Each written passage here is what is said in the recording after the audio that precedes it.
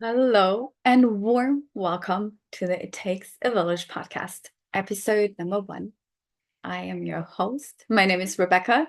I'm so glad that you're here, and I'm so excited to go onto this journey together with you. To be completely honest, I have no clue what I'm doing here. Um, the idea to start a podcast was created by or through the inspiration of a few friends of mine. Several of them said that they really loved listening to my audios and they love my voice and they love my thoughts, the thoughts that I'm sharing with them. And so do my clients. I work as a mentor for mostly for moms or for people who want to live a life that feels true to their hearts. And then also I it was maybe half a year ago, so I told a dear friend of mine that I really love creating reels for Instagram. However, they are not allowed to be longer than 90 seconds. And that feels really, really challenging for me because I am somebody who both talks slowly and who has a lot of thoughts. So getting to a point within 90 seconds is a real big challenge for me. So for each like face to camera reel that I'm recording, I need to make 20, 30 attempts or something until I get it right. And when I told this to my friend, she said like, Rebecca, that's a sign from the universe that you need to start a podcast where you can talk for as long as you love to. And that felt really true to me. And somehow in the last days, this came up for me again. I've also been doing an audio solstice calendar again this year. I did the same thing last year. And again, somebody told me, Rebecca, why don't you create a podcast? So during the past days, I thought like, okay, I want to try to do this. And I got some amazing people in my life who offered me some help. And I thought about looking into a course about how to start a podcast. And then I just felt like, no, no, no, no, no. That just is too complicated. I'm a mom, I'm an entrepreneur. And I'm unschooling my kids. I really have a lot on my table. And I don't need another course. I just want to do the thing. So here we go. I'm doing the thing. And bear with me, it's going to be imperfect, this journey. But I'm super happy. I just created a banner. And also, that is imperfect. It's self-made. So whatever you see from me is like I created myself in my imperfect ways. The same with my website, with all my graphics and so on. Um, I don't wear any makeup apart from eyeliner. So, and that is actually part of what I'm teaching as well, because I really believe that, or teaching, what I want to inspire you to be doing, um, that you make things as simple as possible, that you just try out things, that you don't get stuck through imperfection, and that you let yourself be seen, like with wrinkles and gray hair and all the things. And here I am walking my talk. And what I wanted to share with you today, oh no, first of all, I want to finish this off. Be prepared. This is going to be like that's with me. I am not going to do a bunch of editing. I want this podcast to be as if we would be sitting together drinking a cup of tea at my kitchen table. And so I might sometimes get into different trains of thoughts. So bear with me. What I wanted to say is that I kept on thinking, um, how I'm going to do this podcast thing and whatever. And then I thought, okay, I'm just going to do it. And earlier today, I thought, okay, it's the 31st of December. Why not do it this year? Or why doing it next year if I can still do it this year? So I still have a few hours. And I decided I'm just going to do this. And we'll start the new year with a podcast that's already going. And I love for you to support me by sharing and liking the podcast and whatever you need to do to make this going. I think you guys probably know more about this than I do. Okay, so the thing that I wanted to share with you today, which I believe is really inspiring to go into the new year with. I'm somebody who's not doing what is it called? New Year's resolutions, because I don't really believe that. First of all, I believe the January 1st is not aligned as such, is not aligned with the seasons, with nature, with our nature. I also believe that a date is never like a proper motivation. I really believe very much in intrinsic motivation. That's also why I believe so much in unschooling or life learning, as I call it. That is learning from our inner motivation, because I believe that's the only thing that makes sense and that is sustainable. And learning in a context or living in a context and learning as we go. That's how I'm doing this podcast also. So instead, I believe feeling into instead of doing these New Year resolutions. Oh, yeah, again, another train of thoughts.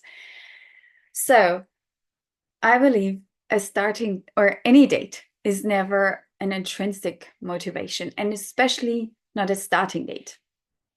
If anything, if ever any date is a motivation, it's a deadline. And when I started thinking about the expression deadline, I think it's actually also really horrible that we came up with this expression. And also, again, it doesn't align with like intrinsic motivation, definitely not joy.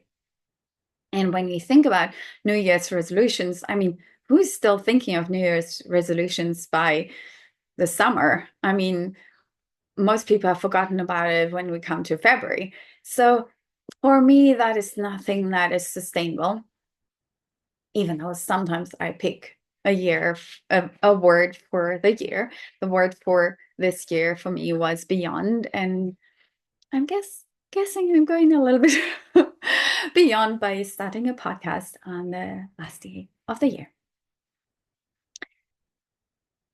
What I do believe is that our needs and desires are sacred. And sometimes when we have desires or dreams, we feel that we don't have permission. We're not allowed. This sounds crazy. This sounds too much. Who do you even think you are by wanting this or by dreaming this? And when I ask myself this question, or when I hear other people asking themselves this question or feeling this load of shame coming towards them with this thought, who do you think you are, when they are dreaming big? I like to imagine that I am a gardener. I'm a gardener and I am planting a rose. Whatever else, but let's stick to the rose. I'm planting a rose and I'm really dedicated to this rose and I want the rose to grow, right? Or I want all roses to grow that I'm planting. So I'm tending to them. I'm checking, do they have enough water? Are they planted in a good space? Like, is there anything else they need? Could I support them in any way? And so on. And when the summer comes and they are blossoming, I am so excited. It brings me so much joy and I'm just in awe, right? So now, if you're with me in this imagination. Imagine that you are somebody's rose. There's somebody who is the creator, your creator, and whoever you believe that is, God, goddess, the universe, life, whatever you believe. Somebody planted you. Somebody wanted you to be there. And I actually believe it's much easier to think of that. You can also think of your biological parents, but with that, I think a lot of times we get mixed up with all our stories and so on. So think big. Think of the creator or creatrix or the universe or a huge force, way bigger than us humans. Somebody planted you. Somebody is really, really invested in you. Somebody is so longing to see you blossom, to see you shine, to see you be well.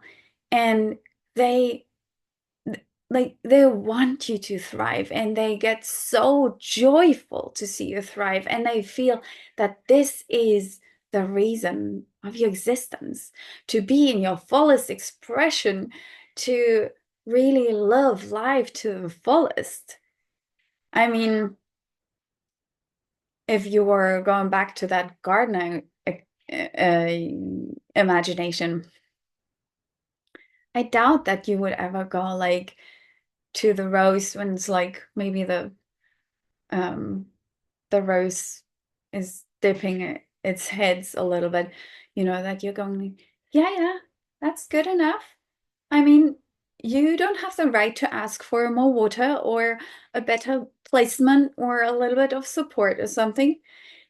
You would go, I'm wondering what else I could do. Maybe go and um, look up things like, or ask your amazing gardener neighbor, like, what else could I do to make this rose be even um feel even better? Like, maybe is she lacking something? Can I add something more to her? Like, I see she maybe needs a little bit something more. And you would not hold anything back, and you would not celebrate her because she is drinking a little bit less water. You're watering her, and she says like, oh, thank you. I'll only take half of this because I feel already have had enough. I don't deserve more. Or you won't see her like taken away, like, or blocking herself from sunshine to say like, no, I don't deserve more sunshine. And also, the flowers around me, they also need some sunshine, so I don't want to take too much. I doubt that you've ever seen that. I haven't. um, so this is my invitation for you today, to imagine that you are your own gardener. You are the steward of yourself and your own life. And it is such a joy for the creator, and hopefully also for yourself, and very certainly for the people around you, to see you in your fullest expression, to see you being radiant and well. Sure, there might be some people who have an issue with that. If that is so, I highly recommend you to shift the people around you. I like calling it bringing trampoline people into your life, or surrounding yourself with trampoline people. I feel there's people who put rocks and bricks into our backpacks or onto our path and make it more difficult to walk our path, and maybe by questioning or by doing whatever else is taking our energy away. And then there's trampoline people, and trampoline people are like the ones who are putting trampolines onto our imaginary trampolines onto our path. And that trampoline can be inspiration and support, and they are cheering us on, and they are they are co-gardeners, okay? They're co-gardeners of you who too want to see you shine, who too get so excited and joyful and fulfilled and in awe and inspired by seeing you blossom. So if you don't feel you have these people in your life, bring them in. And if you don't know where and how to find them, then hang around my corner. And I'd be so happy to support you to find your people. That's one of my big passions, because I believe and know it does take a village. The people around us matter so, so, so much. I'll finish off here for this very first episode. Thank you so much for hanging around. Thank you for making it to the end, even though I'm sometimes having many different threads going on, weaving life and weaving conversations. And I can't wait to speak to you again in the new year and in the coming months, and to see where this podcast life is taking me. And I'd love to connect also on other platforms. You're welcome to visit my website. And I have no idea really how we can connect from here, but you can visit all my platforms. I link them underneath here, and maybe you can also post comments in here. You're so welcome to do that.